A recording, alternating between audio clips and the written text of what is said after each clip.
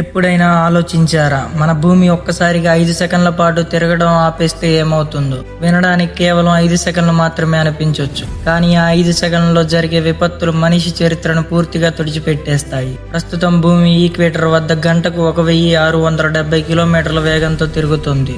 అంటే ఒక జెట్ విమానం ఎగిరే వేగం కంటే ఎక్కువ.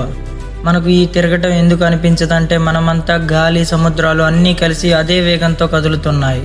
కానీ ఒక్కసారిగా భూమి తిరగడం ఆగిపోతే ఇనర్షియా కారణంగా మనం, భవనాలు, కార్లు అన్నీ విమాన వేగంతో ముందుకు విసరబడతాయి. నగరాలు క్షణాల్లో ధ్వంసమైపోతాయి. సముద్రాలు కూడా ఆగవు. అవి ముందుకు దూసుకెళ్లి ఆకాశం కంటే ఎత్తైన సునామీలను సృష్టిస్తాయి. తీర ప్రాంతాలను ఒక్క క్షణంలో ముంచేస్తాయి. గాలి కూడా అదే వేగంతో ముందుకు దూసుకెళ్తుంది.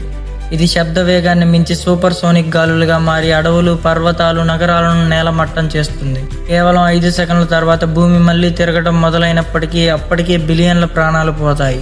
నాగరికత శూన్యం అవుతుంది. మిగిలేది కేవలం నాశనమైన భూమి.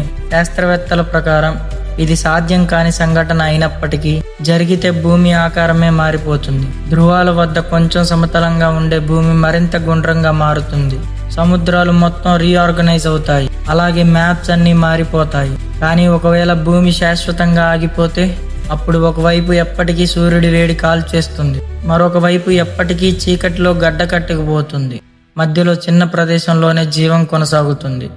కాబట్టి మనం బ్రతికే ప్రధాన కారణం భూమి నిరంతరం తిరుగుతూనే ఉండటమే. ఒక్క క్షణం ఆగిపోతే చాలు, మన ఉనికి మాయమవుతుంది. ఇప్పుడు మీకోసం ఒక ప్రశ్న.